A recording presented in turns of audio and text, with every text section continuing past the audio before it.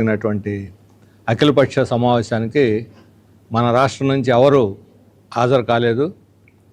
మాట్లాడుకొని ఉమ్మడిగా ఒక అభిప్రాయానికి వచ్చి గైర్హాజరయ్యారా అన్నట్లుగా ఉంది మన రాష్ట్రంలో ఉన్న రాజకీయ పార్టీల పరిస్థితి. ఇది మన రాష్ట్ర ప్రయోజనాలకి, ముఖ్యంగా మన రాష్ట్రం యొక్క ప్రాతినిధ్యం పార్లమెంట్లో తగ్గిపోవటానికి ఇది దారి తీస్తుంది.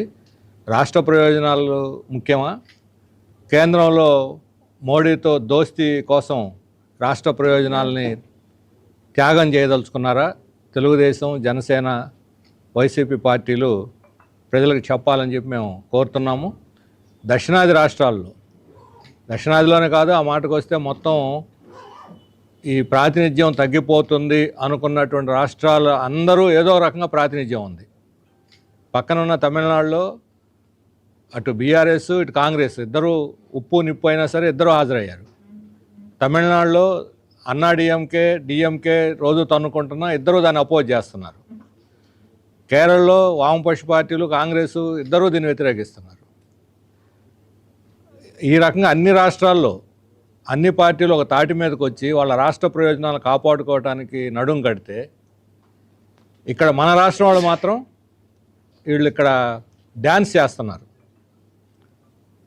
వైసీపీ మన రాష్ట్రానికి నష్టం జరుగుతుంది, జరగకుండా కాపాడండి అని ప్రధానమంత్రికి ఒక విజ్ఞాపన పత్రం పంపింది. కనీసం ఆ మేరకు లెటర్ రాసి రాష్ట్రానికి నష్టం జరుగుతుందని చెప్పడం వరకైనా సంతోషకరమైన విషయమే. ఆ మాత్రం గళం ఇప్పారు. మరి దీన్ని వ్యతిరేకించేవాళ్ళు దానికి హాజరై ఉంటే ఇంకా బాగుండేది. అక్కడ మన రాష్ట్రం తరఫున ఒకరు ప్రతినిధిగా కూడా ఉండేవాళ్ళు.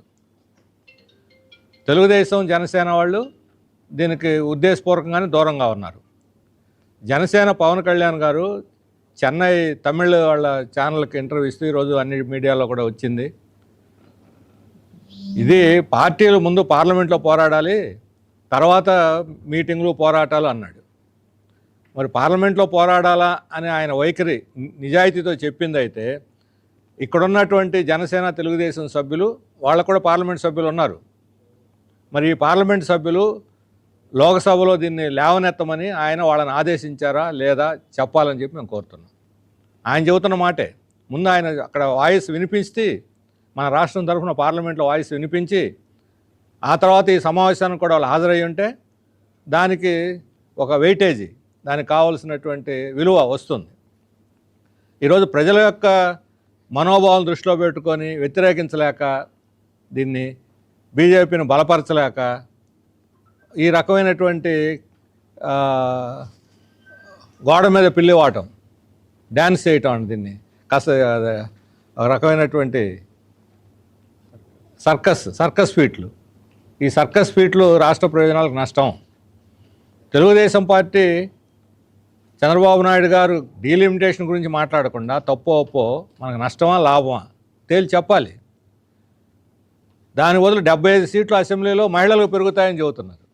అసలు దీనికి ఏమైనా సంబంధం ఉందా? మోకాటికి బోడిగుండుకి ముడేయటం అంటారు దీన్ని. అసలు మహిళల రిజర్వేషన్ల అంశమే అసలు ఇంతవరకు చర్చలోకి రాలేదు. 29 నుంచి అమలు జరగవు, వాళ్ళే స్పష్టంగా చెప్పారు 34 నుంచి అమలు చేస్తామని. 34 నుంచి కూడా అమలు చేస్తారో లేదో గ్యారెంటీ లేదు. ఇంతవరకు అసలు కాన్స్టిట్యూషన్ చేంజెస్ రాష్ట్రాల ముందుకు రాలేదు. అవన్నీ కొన్ని రాష్ట్రాలు ఆమోదించి, కొన్ని ఇంకా చేయలేదు. దానికి కావాల్సిన ఏర్పాటు లేదు. ఎన్నికల కమిషన్ దాని గురించి ఏం స్పందించలేదు.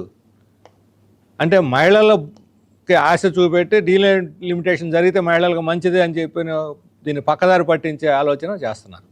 మన రాష్ట్రంలో ఈరోజు 25 పార్లమెంట్ స్థానాలు ఉన్నాయి. ఈ 25 పార్లమెంటు స్థానాలు నిలబడతాయా, తగ్గుతాయా, పెరుగుతాయా చంద్రబాబు నాయుడు గారు చెప్పాలి.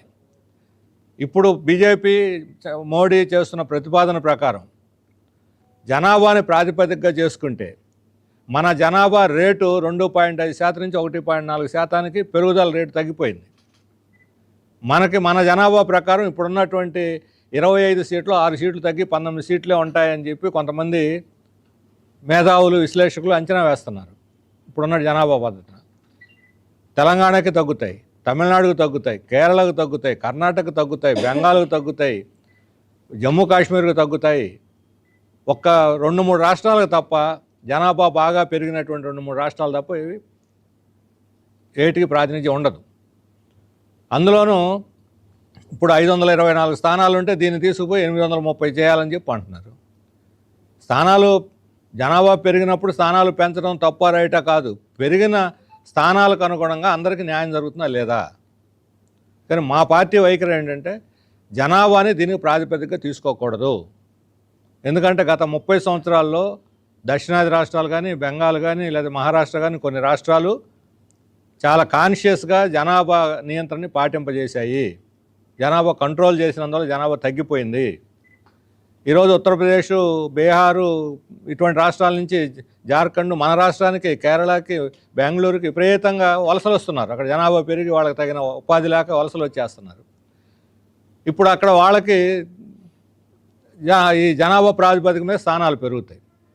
అంటే బీజేపీ బలంగా ఉండి బీజేపీ యొక్క దాన్ని స్థానాన్ని సుస్థిరం చేసుకోవడానికి ఆ రాష్ట్రాలకు ప్రాతినిధ్యం పెంచి బీజేపీయేతర పార్టీలు ఉన్న చోట ఈ ప్రాతినిధ్యం తగ్గించడానికి కుట్ర ఇది. ఈ కుట్రకి ఆంధ్రప్రదేశ్ కూడా బలైపోతున్నది. మన వాయిస్కి గళానికి విలువ లేకుండా పోతుంది. ఇప్పటికే రాష్ట్రం విడిపోయి 42 స్థానాలు కాస్త 17-25 కింద మారి 2 రాష్ట్రాలు కలిసి ఉమ్మడిగా పోరాడలేని స్థితి మనలో మనం కోట్లాడుకుంటూ మన తెలుగు వాళ్ళ యొక్క వాయిస్ బలహీనపడింది. ఇప్పుడు ఈ డీలిమిటేషన్ తోటి తెలుగు వాళ్ళ వాయిస్ అస్సలు ఢిల్లీలో వినపడదు. మన మాటకే విలువ రాదు. వాళ్ళు కాళ్ళు పట్టుకొని గడ్డాలు పట్టుకొని ఏదైనా నిధులు సంపాదించడం తప్ప అభివృద్ధి జరగటానికి కూడా ఇది ఆటంకం.